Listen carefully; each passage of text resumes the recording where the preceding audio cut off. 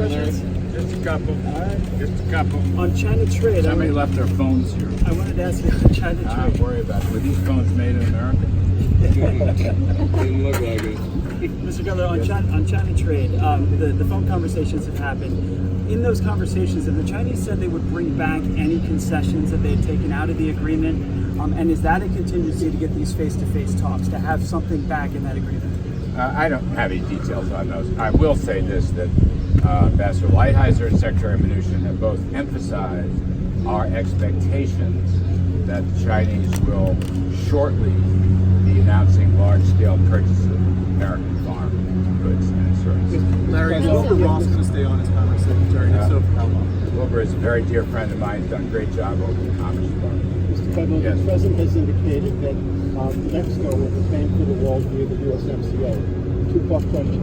Number one, how does money from the USMCA work its way into the general fund to be appropriated for the wall? Secondly, since Canada is also a signatory to the agreement, does that mean Canada is also paying for the wall and sub-border? And if so, why? All I'll say is on that point, USMCA is a fabulous deal for all three countries. The United States, it's going to add significantly to our economic growth, according to all the price outs. As much as a half a percentage point of GDP per year. That's a big number.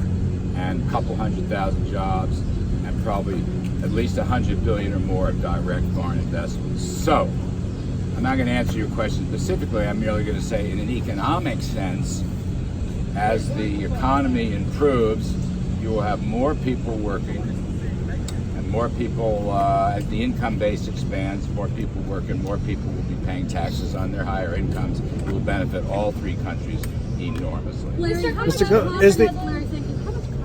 is there that USMCA will pass, given the fact that you have these tensions between the president and Democrats? How does he get this through? Well, look, we've been working in cooperation with Speaker Pelosi. Ambassador Lighthizer certainly has. I think she's been very accommodating. So I remain optimistic. I'm taking the over on that one. That we're going to get it. Mr. We're going to get a vote. When we do get a vote, the vote's going to pass. As I say, USMCA has so many benefits. By the way, economic benefits, revenue benefits and so forth, environmental benefits, worker rights benefits, currency stability benefits. I mean, it is a terrific deal. Somebody's got to give Lighthizer a lot of credit for, I think, writing what should be a template for various trade deals. And so, therefore, I remain optimistic that it will pass. Director, Larry, on the China. You go ahead. Is the president going to do a clean debt limit increase, or is he going to? We're talking on that. We're making progress. Secretary Mnuchin, we're all talking about that. Yes. On Japan, sir. On Japan. Yes, ma'am. How are the president's tweets not racist? Oh, I'm not going to go there. That's way out of my lane. He's tweeted what he's tweeted. You'll have to talk to him about that. You don't think Larry, on that's Chinese Are you comfortable with that? I want to get one more before I rush in that we haven't said. Yes, sir. Yes, sir. So President tweeted about the tariffs paid by China, non-United States taxpayers, and also he said thousands of companies are leaving China. Are those information factually true? Which specifically? The taxpayer not paying for the tariffs. The companies leaving The China. issue here is the economic burden of the tariffs. And as we read in the papers, what we've said all along, any impact on American consumers is de minimis, minuscule. Point number one. Point number two, the economic effects on China have been very difficult for China. And you see a big story in the Wall Street Journal today about how companies are leaving China.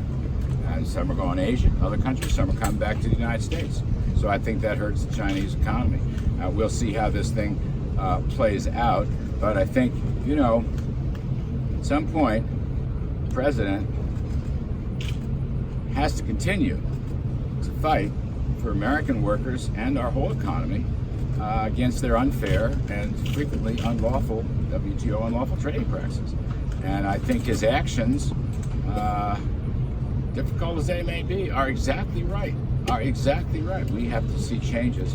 And to the other question regarding the new talks, we expect China, this is very important to us, we expect China to be announcing shortly some large-scale purchases of farm goods and services. I got to go to another meeting, I'm sorry. Is the president still have confidence in Wilbur Ross? I said, Wilbur is an old and dear friend of mine. I'll make this very clear. He's done a great job at the Commerce Department. Both of them. Are you frustrated with how he handled the census?